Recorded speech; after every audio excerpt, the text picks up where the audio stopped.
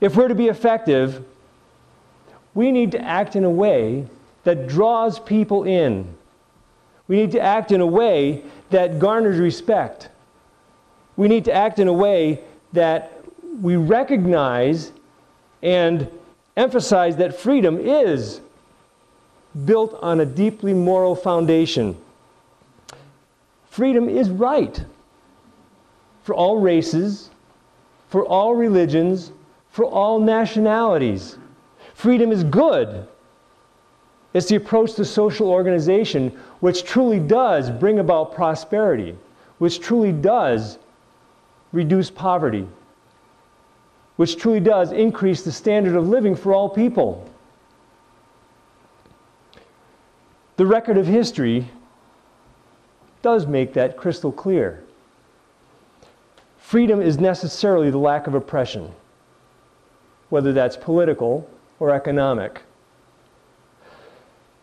We can use the failings of the current political machine for our benefit. But we can use it only if we know what we're talking about. The politics of the day use good intentions to corral the emotions of the voters. And the voters have gotten a lot of emotionalism these days. And that's part of the problem. Good intentions don't lead to good results if bad methods are chosen. That's the key thing. There really are such things as economic laws. There sure are. The economic principles, they're not good, they're not bad, they're just descriptions of what reality is. That is what economics is. They don't bend to the good intentions any more than the laws of physics or gravity bends to good intentions. Those economic laws all point to freedom, to markets, to voluntary cooperation as the wellsprings of prosperity, the wellsprings of progress. There isn't a whole lot of room left for the politician or the social planner. That's why politicians and the economists who are cheerleaders for big government downplay the fundamental economic laws. They portray economics as this mysterious knowledge that is available only to the anointed. The fact is that's not the case. It is possible for ordinary people to understand economics.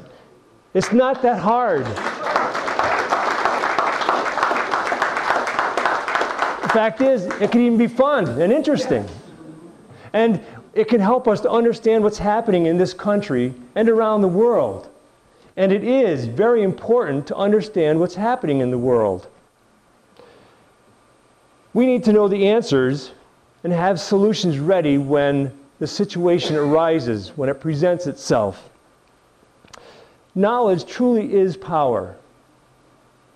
But it is only power when it influences people. It's only power when we can marshal support, when we can move people, when we can change worldviews. You need to become a student. You need to learn history. You need to learn economics. You think? Yes. Yes. But you also need to... We've all learned that. Well, some people learn the wrong economic lessons, obviously. But you also need to become a teacher. If you don't write well, learn how to write by writing.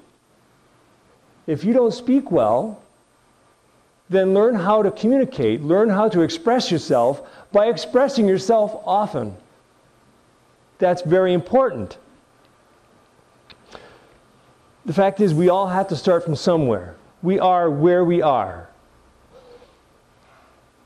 What we need to do is take steps to get from where we are to where we want to be, one step at a time.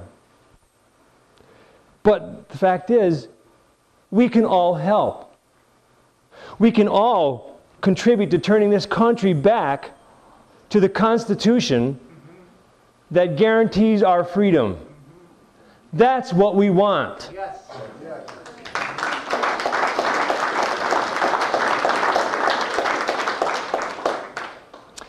In 1994, I wrote a poem, and it's been a guide to me more than I realized until I dug it up recently. And I'd like to present it to you tonight.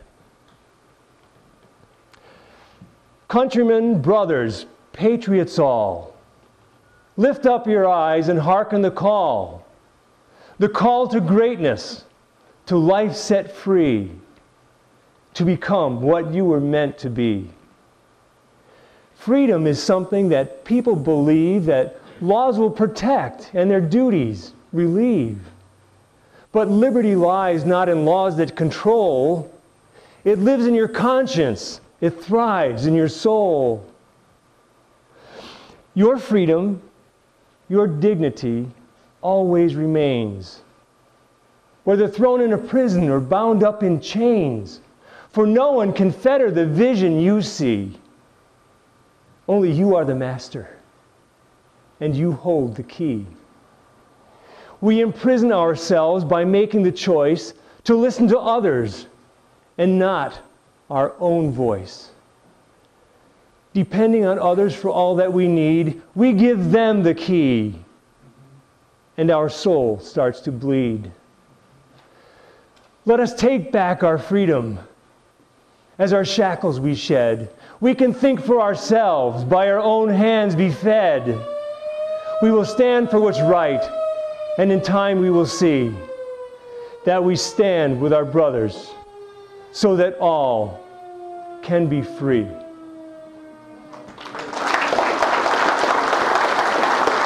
Thank you.